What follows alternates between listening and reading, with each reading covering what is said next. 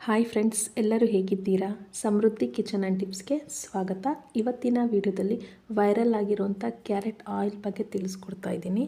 ಈ ಆಯಿಲನ್ನು ನಾನು 1 ಮಂತಿಂದ ಯೂಸ್ ಮಾಡ್ತಾ ಇದ್ದೀನಿ. ನಾನು ಯೂಸ್ ಮಾಡಿದೆ ನಿಮಗೆ ಹೇಳೋದಕ್ಕಾಗೋದಿಲ್ಲ ಅಲ್ವಾ, ಅದಕ್ಕೆ ನಾನು ಯೂಸ್ ಮಾಡಿ ಇದ್ರ ಎಫೆಕ್ಟ್ ಹೇಗಿದೆ, ಸ್ಕಿನ್ ಗ್ಲೋ ಮಾಡುತ್ತಾ, ಮತ್ತು ಪಿಗ್ಮೆಂಟೇಷನ್ ಮತ್ತು ಬ್ಲ್ಯಾಕ್ ಸ್ಪಾಟ್ ಎಲ್ಲ ಕಡಿಮೆ ಆಗುತ್ತಾ ಅನ್ನೋದ್ರ ಬಗ್ಗೆ ತಿಳಿಸ್ಕೊಡ್ತಾ ಇದ್ದೀನಿ. ವಿಡಿಯೋನ ಸ್ಕಿಪ್ ಮಾಡದೆ ಕೊನೆ ತನಕ ನೋಡಿ.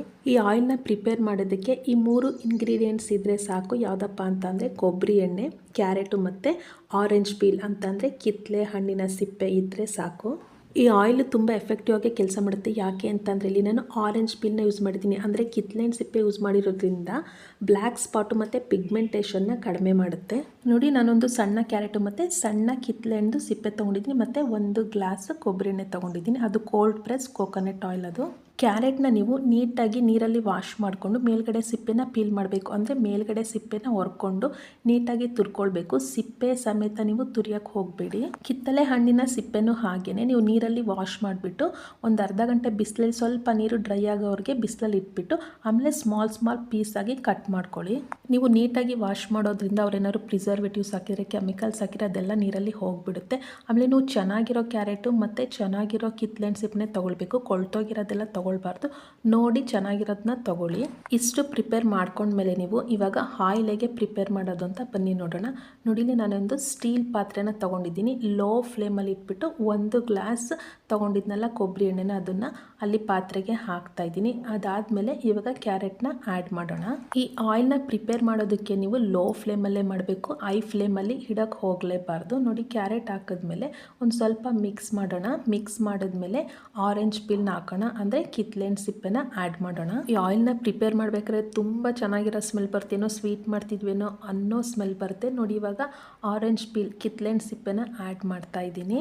15 to 20 ಮಿನಿಟ್ಸ್ ಅಂದರೆ 15ರಿಂದ 20 ನಿಮಿಷ ನೀವು ಈ ಥರ ಎಣ್ಣೆಯಲ್ಲಿ ಚೆನ್ನಾಗಿ ಅದನ್ನು ಬಾಯ್ಲ್ ಮಾಡಬೇಕು. ಆವಾಗ ಅಲ್ಲಿರೋ ಕಂಟೆಂಟ್ ಎಲ್ಲ ಎಣ್ಣೆಯಲ್ಲಿ ಬಿಟ್ಕೊಳ್ಳುತ್ತೆ. ಕ್ಯಾರೆಟಲ್ಲಿ ಬೀಟಾ ಕೆರೋಟಿನ್ ಅನ್ನೋ ಅಂಶ ಇರೋದ್ರಿಂದ ಚರ್ಮಕ್ಕೆ ಇದು ಹೊಳಪನ್ನು ನೀಡುತ್ತೆ. ಮತ್ತು ಕ್ಯಾರೆಟಲ್ಲಿ ವಿಟಮಿನ್ ಎ ಹೆಚ್ಚಿದೆ ಅಂತ ನಿಮಗೆ ಗೊತ್ತೇ ಇದೆ.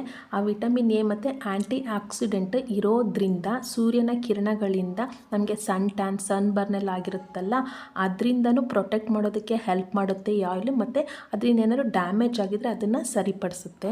ವಿಟಮಿನ್ ಎ ಹೆಚ್ಚಿರೋದ್ರಿಂದ ಫ್ರೀ ರ್ಯಾಡಿಕಲ್ಸ್ನು ದೇಹದಿಂದ ಹೊರ ಹಾಕೋದಕ್ಕೆ ಇದು ಸಹಾಯ ಮಾಡುತ್ತೆ ಕ್ಯಾರೆಟ್. ಕೊಬ್ಬರಿ ಎಣ್ಣೆ ಒಂದು ಗುಡ್ ಮಾಯ್ಶ್ಚರೈಸರ್ ಅಂತಲೇ ಹೇಳಬಹುದು. ಇದು ನಮ್ಮ ಚರ್ಮನ ಹೈಡ್ರೇಟ್ ಮಾಡುತ್ತೆ. ಪಿಂಪಲ್ ಇರೋರು ಮತ್ತು ಆಯಿಲಿ ಸ್ಕಿನ್ ಅವರು ಈ ಆಯಿಲ್ನ ಯೂಸ್ ಮಾಡಬಹುದು. ಹೇಗಪ್ಪ ಅಂತ ಅಂದರೆ, ಕೊಬ್ಬರಿ ಎಣ್ಣೆಯಲ್ಲಿ ಲ್ಯಾರಿಕ್ ಮತ್ತು ಕ್ಯಾಪ್ರಿಕ್ ಅನ್ನೋ ಆ್ಯಸಿಡ್ ಇರುತ್ತೆ. ಇದು ಮೊಡವೆ ಉಂಟು ಮಾಡೋ ಬ್ಯಾಕ್ಟೀರಿಯಾನ ಕೊಲ್ಲೋ ಸಾಮರ್ಥ್ಯನ ಹೊಂದಿರುತ್ತೆ. ನಾವಿಲ್ಲಿ ಕಿತ್ತಳೆ ಹಣ್ಣಿನ ಸಿಪ್ಪೆನ ಯೂಸ್ ಮಾಡಿರೋದ್ರಿಂದ ಅದು ಸಹ ಮೊಡವೆ ಮತ್ತು ಆಯಿಲಿ ಸ್ಕಿನ್ ಅವ್ರಿಗೆ ತುಂಬ ಒಳ್ಳೆಯದು. ಆ ಬ್ಯಾಕ್ಟೀರಿಯಾ ವಿರುದ್ಧ ಹೋರಾಟ ಮಾಡುತ್ತೆ. ನೋಡಿ, ಇವಾಗ ಆಯಿಲ್ ಚೆನ್ನಾಗಿ ಬಾಯ್ಲ್ ಆಗಿದೆ. 20 ಮಿನಿಟ್ಸ್ ಆಯಿತು. ಲೋ ಫ್ಲೇಮಲ್ಲಿ ಅದನ್ನು ಬಾಯ್ಲ್ ಮಾಡಿದ್ದೀನಿ. ಇವಾಗ ಸ್ಟವ್ ಆಫ್ ಮಾಡ್ತಾ ಇದ್ದೀನಿ. ನೋಡಿ, ಇವಾಗ ಆಯಿಲ್ ತುಂಬ ಚೆನ್ನಾಗಿ ಬಂದಿದೆ. ಗುಡ್ ಸ್ಮೆಲ್ಲು ಇದೆ. ಇದನ್ನು ತಣ್ಣಗಾಗಿ ಬಿಟ್ಬಿಡಬೇಕು. ಬಿಸಿ ಇದ್ದಾಗ ಶೋಧಿಸಬಾರ್ದು. ಎಲ್ಲ ಚೆನ್ನಾಗಿ ತಣ್ಣಗಾದಮೇಲೆ ಆಮೇಲೆ ಒಂದು ಬಾಟಲ್ಗೆ ನೀವು ಶೋಧಿಸಿ ಇಟ್ಕೊಳ್ಳಿ. ನೋಡಿ, ನಾನು ಅರ್ಧ ಗಂಟೆ ತಣ್ಣಗಾದಮೇಲೆ ಇವಾಗ ನಾನು ಫಿಲ್ಟ್ರ್ ಮಾಡ್ತಾ ಇದ್ದೀನಿ. ನಿಮಗೆ ಗೊತ್ತಾಗ್ತಿದೆ, ಅದು ಪ್ಲಾಸ್ಟಿಕ್ದು ಫಿಲ್ಟರು. ಬಿಸಿ ಇದ್ದಾಗ ಮಾಡಿದ್ರೆ ಸುಟ್ಟೋಗುತ್ತೆ. ಇದು ತುಂಬ ತಣ್ಣಗಾಗಿದೆ, ಅದಕ್ಕೆ ನಾನು ಫಿಲ್ಟ್ರ್ ಮಾಡ್ತಾ ಇದ್ದೀನಿ. ಕ್ಯಾರೆಟು ಮತ್ತು ಆರೆಂಜ್ ಪೀಲು ಆಯಿಲ್ನೆಲ್ಲ ತುಂಬ ಅಬ್ಸರ್ವ್ ಮಾಡ್ಕೊಂಡಿರುತ್ತೆ. ನೀಟಾಗಿ ಹಿಂಡಿ ನೀವು ಆಯಿಲ್ನೆಲ್ಲ ತಗೊಳ್ಳಿ. ಮತ್ತು ಕ್ಯಾರೆಟು ಮತ್ತು ನಿಂಬೆಹಣ್ಣು ಸಿಪ್ಪೆನ ಬಿಸಾಕೋಕ್ಕೆ ಹೋಗಬೇಡಿ. ಅದನ್ನು ಗ್ರೈಂಡ್ ಮಾಡಿ ಕಡಲೆ ಹಿಟ್ಟು ಮಿಕ್ಸ್ ಮಾಡಿ ಫೇಸ್ ಪ್ಯಾಕ್ ಥರನೂ ನೀವು ಅದನ್ನು ಯೂಸ್ ಮಾಡಬಹುದು. ನೋಡಿ, ಕ್ಯಾರೆಟು ಮತ್ತು ಆರೆಂಜ್ ಪೀಲು ಆಯಿಲ್ನ ಚೆನ್ನಾಗಿ ಅಬ್ಸರ್ವ್ ಮಾಡ್ಕೊಂಡಿದ್ದೆ. ಅದನ್ನು ಪ್ರೆಸ್ ಮಾಡ್ತಾ ಇದ್ದಂಗೆ ಆಯಿಲೆಲ್ಲ ನೋಡಿ ಎಷ್ಟು ಚೆನ್ನಾಗಿ ಬರ್ತಾ ಇದೆ. ಬಿಸಿ ಇದ್ದಾಗ ಶೋಧಿಸೋಕ್ಕೆ ಹೋಗಬೇಡಿ. ಆ ಬಿಸಿಯಲ್ಲೇ ಇನ್ನೊಂದು ಸ್ವಲ್ಪ ನೀಟಾಗಿ ಅದು ಬಾಯ್ಲ್ ಆಗುತ್ತೆ. ಅದರಿಂದ ತಣ್ಣಗಾದ್ಮೇಲೆ ನೀವು ಫಿಲ್ಟ್ರ್ ಮಾಡಬೇಕು. ಕಿತ್ತಳೆ ಹಣ್ಣು ಸಿಪ್ಪೆಯಲ್ಲಿ ವಿಟಮಿನ್ ಸಿ ಹೆಚ್ಚಿರೋದ್ರಿಂದ ಇದು ನ್ಯಾಚುರಲ್ ಬ್ಲೀಚಿಂಗ್ ಏಜೆಂಟ್ ಆಗಿ ಕೆಲಸ ಮಾಡುತ್ತೆ. ವಿಟಮಿನ್ ಸಿ ಹೆಚ್ಚಿರೋದ್ರಿಂದ ನಮ್ಮ ಸ್ಕಿನ್ಗೆ ತುಂಬ ಒಳ್ಳೆಯದು. ಬ್ಲ್ಯಾಕ್ ಸ್ಪಾಟು ಮತ್ತು ಸ್ಕಿನ್ ಗ್ಲೋ ಆಗೋದಕ್ಕೆ, ಮತ್ತು ಪಿಗ್ಮೆಂಟೇಷನ್ನು ಮತ್ತು ಮೊಡವೆ ಆಗುತ್ತಲ್ಲ, ಮೊಡವೆ ಆಗೋದನ್ನು ತಡೆಯುತ್ತೆ. ಇದು ಆ ಬ್ಯಾಕ್ಟೀರಿಯಾದ ವಿರುದ್ಧ ಹೋರಾಟ ಮಾಡುತ್ತೆ. ಈ ಆಯಿಲ್ಗೆ ನೀವು vitamin E capsule, almond oil, olive ಆಯಿಲ್ನು ಬೇಕಾದ್ರೆ ಆ್ಯಡ್ ಮಾಡಿಕೊಂಡು ಯೂಸ್ ಮಾಡಬಹುದು. ಇದನ್ನು ಅಪ್ಲೈ ಮಾಡಿ 20 ಮಿನಿಟ್ಸ್ ಮಸಾಜ್ ಮಾಡಿ ಆಮೇಲೆ ನೀವು ನಿಮ್ಮ ಮುಖನ ವಾಶ್ ಮಾಡ್ಕೊಳ್ಬಹುದು. ತಣ್ಣೀರಲ್ಲಿ ವಾಶ್ ಮಾಡಿ, ಬಿಸಿನೀರನ್ನ ಯೂಸ್ ಮಾಡಬೇಡಿ. ತಣ್ಣೀರಾಗಲ್ಲ ಅನ್ನೋರು ಉಗುರು ಬೆಚ್ಚಗಿರೋ ನೀರನ್ನ ಯೂಸ್ ಮಾಡಿ. ತುಂಬ ಬಿಸಿನೀರನ್ನ ಯೂಸ್ ಮಾಡೋಕ್ಕೆ ಹೋಗಬೇಡಿ. ಪಿಂಪಲ್ ಇರೋರಂತೂ ತಣ್ಣೀರು ಯೂಸ್ ಮಾಡಿದ್ರೆ ಬೆಟರ್.